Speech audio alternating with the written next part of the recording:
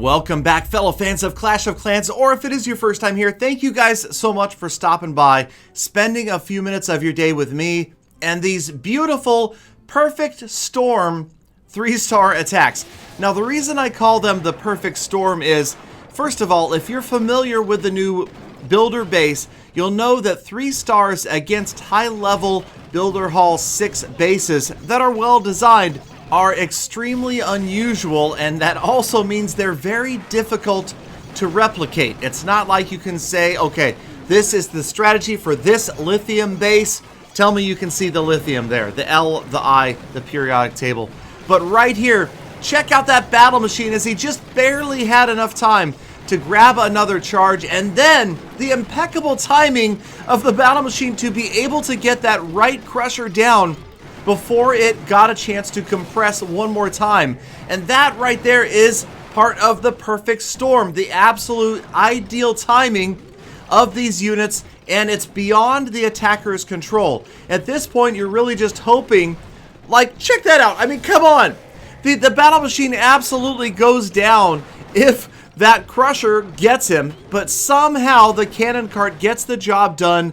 And of course, if you ask the Bruiser, it was his brilliant timing and placement of these troops that got the job done. But there, you have to admit, there's always luck involved, sometimes a little more luck than others, to grab a 3-star win. Now, maybe no matter what, that would have been a high 2-star, but to get 100% on these bases, it is not an easy thing.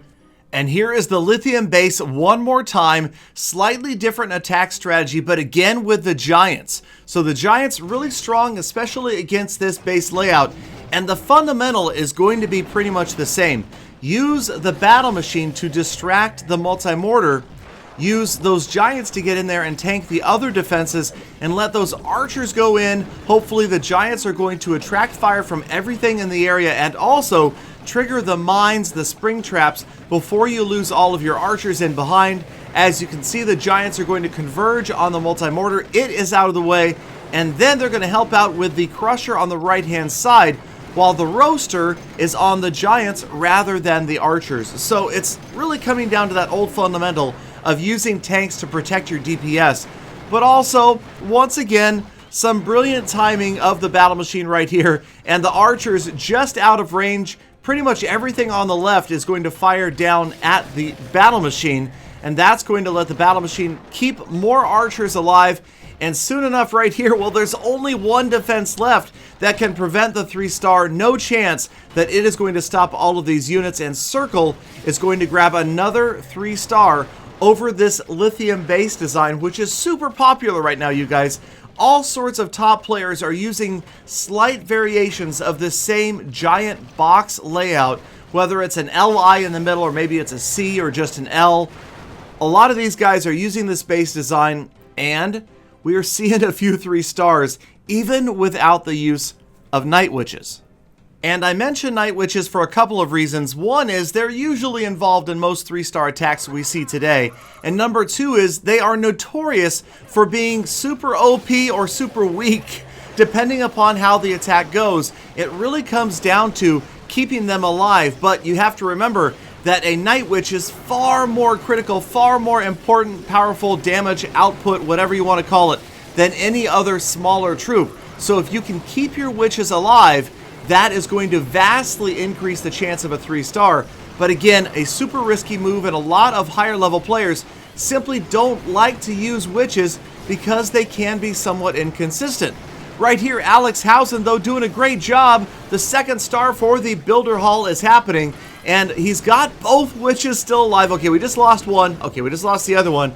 Man, that was a late mine. That witch went back and found a mine at the top of the base. But it doesn't matter. You've got the minions and only a single archer tower to stop them at this point. And although it's just minions, no witches, bats left, it's going to be plenty to grab the 3-star over another top level player. Both of these guys have seen the very top of the global leaderboards, and Alex Housen picking up another solid 3-star win. So now, of course, you see 3-stars more commonly at lower Builder Halls, and as we're looking forward to Builder Hall 7 soon, I feel like it's going to be even more difficult to grab 3s up there. But check out this one right here from Fuhrman of Nightmode Clash 9. This is a pretty interesting attack simply because, well, just watch the heroism of some of these late archers. And this is the thing about grabbing high percentages on bases, you guys. You need to be able to break down a base quickly. And what I mean is analyze a base quickly in just a few seconds, figure out where the weaknesses might lie, where you can drop certain troops that they're going to be out of range of defenses, and that goes the same for the bombers or archers, barbarians, or beta minions. If you can deploy just a few troops that are going to get structures out of the way before they take any damage, that can obviously make a huge difference late in the battle. Right here, it comes down to keeping the bombers alive and ultimately keeping these archers alive. Watch the archers that are working on the builder hall right there. Just a level 1 battle machine.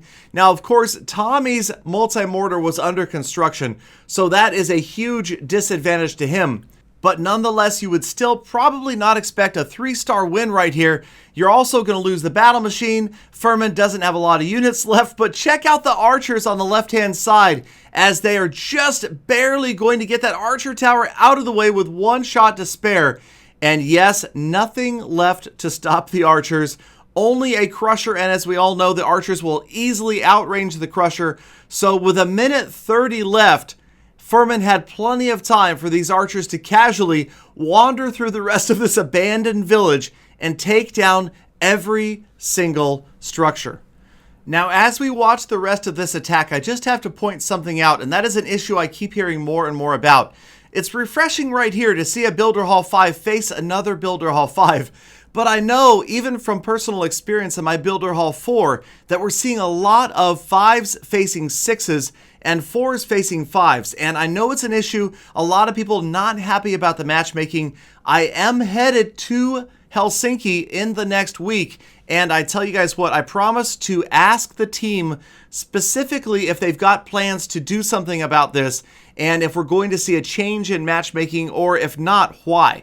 I will at least bring you back an answer as to why this is happening, and we'll see if we're looking to something changing in the future, especially with Builder Hall 7 just around the corner. Well, I don't know when Builder Hall 7 is coming, to be completely honest, but we know that Builder Hall 7 exists and that Builder Hall 8 is out there somewhere as well. All right, so let's move on to the last 3-star attack of this episode. And speaking of Supercell, it is DC3 from Nightmode Clash facing the Supercell Money Tree from the Thorns clan. I always thought this guy's name was kind of interesting. Anyway, we're looking at another 3-star win, and this time, lots of Night Witches. So this is more of a standard, what we call Mitch attack. 2 camps of Night Witches, 2 camps of beta minions, and again, I keep talking about this. I hate to sound like a broken record, but the witches, they're either fantastic or terrible, but looking at this base, I think maybe the base was terrible. I mean, when do you see 2 crushers like this side by side? This is really unusual. Now, this was either Supercell Money Tree's decoy base that was accidentally left up, or it was his attempt to throw off the attackers to protect those double cannons in the core. But the double cannons have no chance against a huge mass of Night Wishes. You can see that they're all out of range of the roaster, and that's critical right there. They move around this enclosure, and that, again, it's kind of that perfect storm happening. Had they gone into that enclosure, then you see the Night Witches and the battle machine getting roasted, stuck against another wall. But instead, right here, somehow the battle machine has enough juice to last a little bit longer. And by the time he gets over here in front of the roaster, now the witches are just simply going to pump out way too many bats for the roaster to stop them. And it's witches versus roaster. Witches win, and DC picks up another unlikely but super overpowering massive bat 3-star win. He chopped down the Supercell Money Tree. All right, you guys, that is going to wrap up this episode. Thank you, as always, for sticking around. You guys are the hashtag GalaFam. If you're still here at the end of these episodes, it means you care, and I care about every single one of you. So thank you guys again for being here. Have a fantastic rest of your day. Stay positive, stay true to yourself, love one another, and I will see you all again tomorrow for more Full Attacks.